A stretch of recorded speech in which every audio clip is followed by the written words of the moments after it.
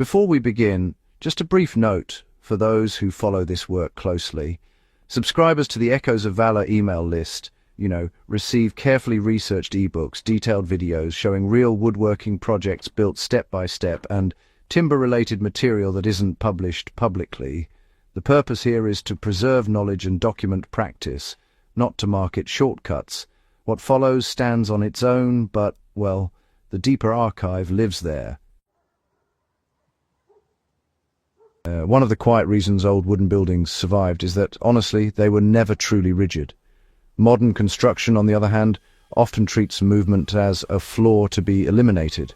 Walls are locked in place, joints are tightened until nothing can shift, and really success is measured by how still a structure appears when it is new. Old builders, you see, worked from a different assumption, and they knew that wood would move no matter what they did. Shrinkage, swelling, compression, and creep were not hypothetical problems. They were daily realities. Instead of fighting that movement, they designed for it. Many historic wooden structures that still stand today do not survive because the wood was better or the craftsmanship more precise in a modern sense. They survive because the builders accepted motion as inevitable and allowed it to happen in controlled, predictable ways. Wood begins changing the moment the tree is cut, and it never truly stops. Old builders didn't really speak in technical language, but they certainly understood the long behavior of timber. As wood dries, it shrinks across the grain, and as humidity rises, it swells again. Seasonal cycles repeat this process year after year. Under load, wood compresses slowly and, continues to deform long after construction is finished. Trying to restrain these changes creates internal stress. Old builders saw the results when restraint failed: split beams, torn joints, warped frames. Over generations, they learned that buildings lasted longer when wood was allowed to adjust gradually rather than being locked into a fixed position. This understanding shaped everything from joint design to layout and material selection. Joinery was really shaped to guide movement instead of stopping it, which is kind of fascinating. Traditional joinery did not aim for immobility. Mortise and tenon joints, housed joints, and scarf joints were cut to seat firmly under gravity and compression, not to clamp parts together permanently. As a structure settled, these joints tightened naturally. When humidity changed, they could relax slightly without losing alignment. The geometry of the joint carried the load, not friction alone, which is, honestly, a clever bit of engineering. As this meant that small changes in dimension did not translate into sudden failure. The joint adapted along with the timber.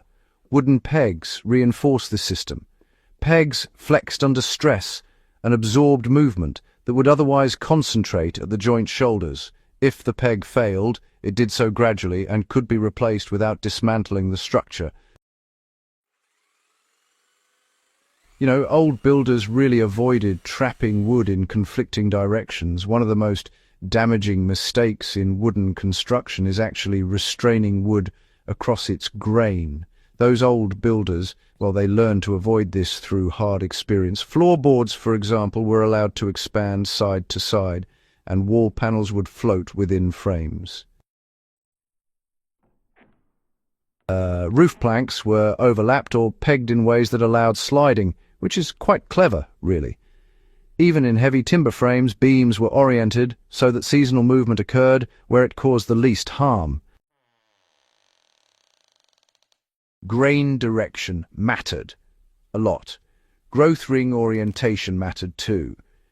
Timbers were paired so that they moved together instead of pulling against each other. This wasn't about perfection, not at all. It was about compatibility over time.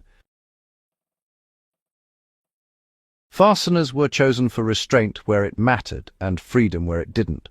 Before widespread metal fasteners, builders relied on gravity, mass, and geometry, and when iron fasteners were used, they were placed carefully, Nails and straps were often positioned where movement was minimal or predictable. They were rarely used to restrain wide boards across the grain. This restraint discipline prevented stress accumulation. Structures could settle without tearing themselves apart. When movement occurred, it was distributed rather than concentrated. Later construction often reversed this logic, using fasteners to force alignment rather than guide it. The result was faster assembly, but, a shorter service life. Buildings were designed to settle, not remain frozen in time. Foundations moved, posts compressed into the ground, roofs shifted under snow and wind. Old builders expected this and accounted for it. Frames were assembled slightly proud, knowing that weight would seat joints over time. Openings were sized to accommodate future movement. This is why many historic buildings show evidence of settlement without collapse. The structure changed shape, but it did not lose integrity.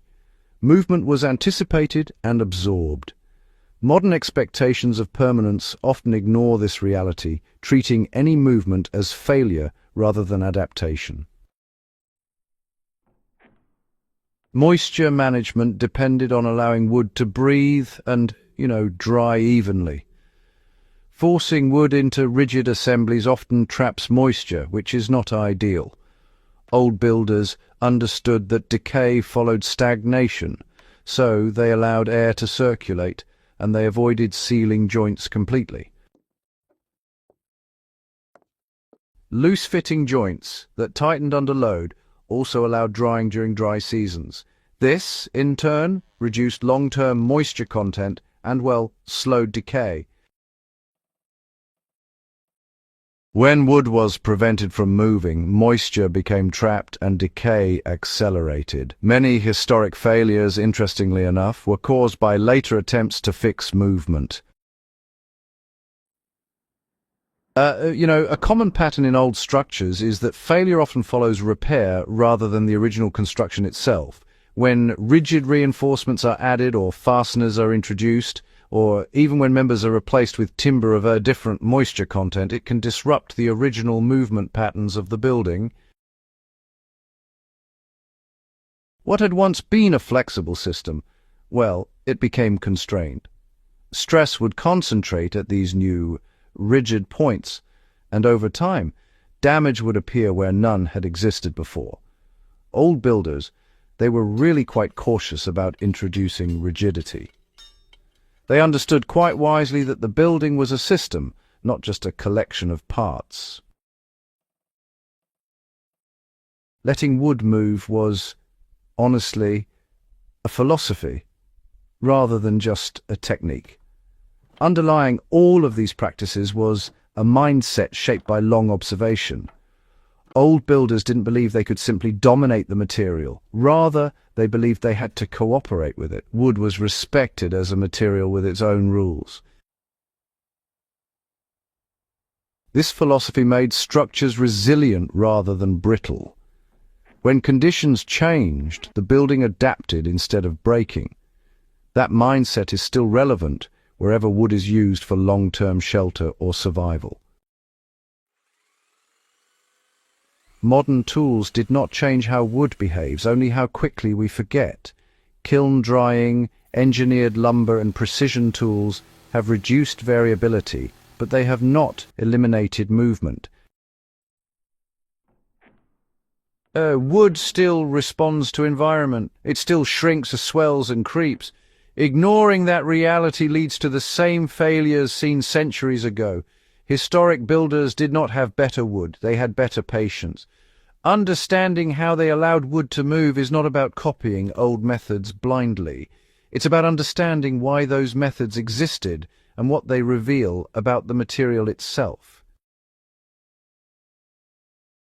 Knowledge of wood behavior is really a form of long-term thinking, in restoration, in remote construction, and, even in survival contexts. Allowing wood to move can mean the difference between durability and, honestly, constant repair. Structures that adapt last longer than those that resist change. Old builders left behind more than buildings. They left behind evidence of a way of thinking that prioritized longevity over speed. That way of thinking still has value. Wood rewards cooperation and punishes force. The lesson running through historic wooden construction is consistent. Wood will move whether we allow it or not. When movement is guided, structures endure. When it is restrained, failure is delayed but inevitable. Understanding this is not nostalgia. It is material literacy. If this kind of long-form, material-focused knowledge matters to you, consider joining the Echoes of Valor email list. That is where the deeper research, extended documentation, and detailed timber studies are shared, quietly, carefully, and with the time they deserve.